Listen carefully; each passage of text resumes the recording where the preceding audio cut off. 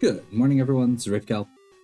Today, we are taking a look at the state of the channel, and instead of just a simple post, I want to take a look at the last year. I'm going to make a quick video about it because I can.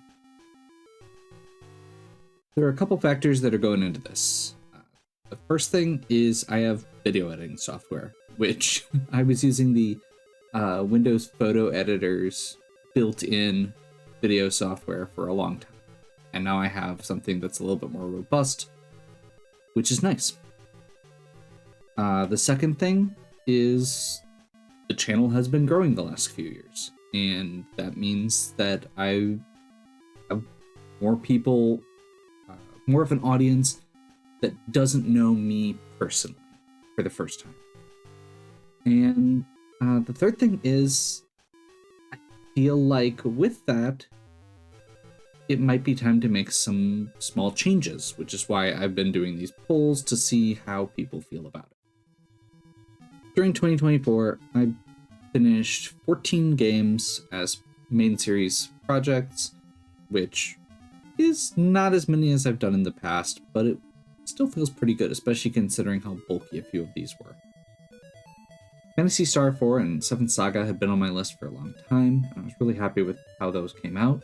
Replayed Final Fantasy IV, got around to Guardian Legend. I was a little disappointed by how the Metroidvanias did, which is one of the things that I am examining with this new audience, should Metroidvanias be on the table. Pokemon games continue to get good view counts, but getting volunteers has been pulling teeth a bit, so I may look at a different tact on my naming conventions. Ikenfell did not do the numbers I was expecting. I was a little disappointed by that. If you haven't watched that one, it's a really good turn-based RPG, and I really enjoyed it. I had forgotten how bad the Magic Knight Rayearth game was. I've heard the Saturn one is much better, so that is definitely on my list to do in the future. Cthulhu Saves the World was a fun Halloween game, and I am looking forward to seeing how Cthulhu Saves Christmas does in the next couple weeks. One of the changes I've made this year is that I've been participating in a group called the Wheel of Struggle.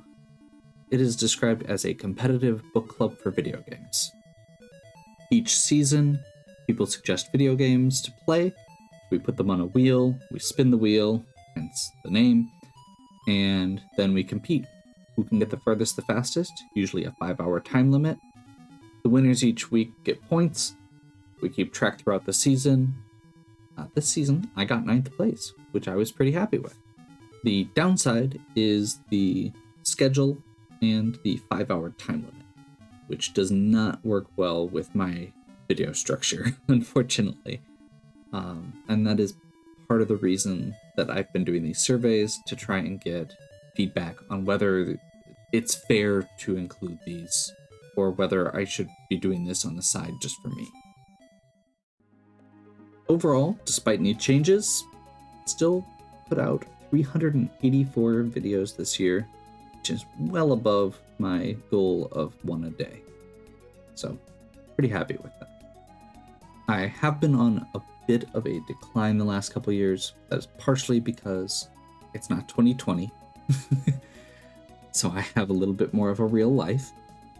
And this last year I moved job, moved in with my partner again, and just haven't had as much time. And I do this as a hobby. I don't have any sort of monetization on this. So it is what it is. The first question on the poll got the least response, which was a little disappointing. The question was, am I putting out too many videos right now? I've noticed that my video count going up has not resulted in my view count going up proportionally. A lot of times people seem to fall off as long series go on, and it made me wonder, maybe they just can't keep up with it. Judging by the poll results, that seems like it might be the case. So, my plan is to reduce the number of videos I release each week from 7 down to 4 or 5. Depending on what projects I'm working on, this might mean 3 videos during the week and something like a free enterprise video on the weekend, or if I'm doing 2 series, it'll still be something like 3 and 2.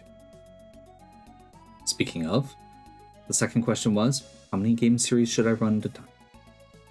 In the past, I had run one game at a time, with occasional breaks for things like randomizers.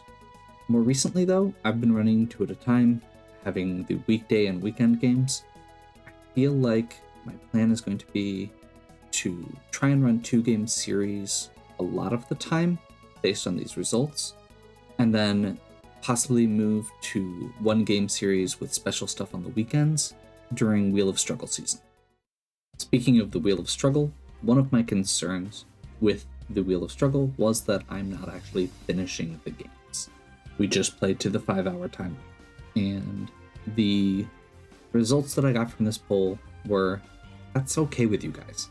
I got some negative reactions on the last video in each wheel game, which suggested that there might be a bigger problem, but it seems like it might just be 1 or 2 people, and the majority of the active people in the community seem okay with it. With all the scheduling stuff out of the way, let's get into the fun stuff. What games do you want to see me play? And the first question was just about genre, and overwhelmingly people said RPGs, with Pokemon being second, which is also a more niche RPG. I mentioned earlier that Metroidvanias hadn't been doing as well as far as numbers go. This kind of confirmed that. My resolution from this is primary games will be RPGs. The second result I'm a little more surprised by, because the games that have done the best numbers are nostalgic games and ROM hacks. I was actually thinking that I would be cutting some of the indie games that were on my list because I hadn't been getting as many results for games like Ikenfell.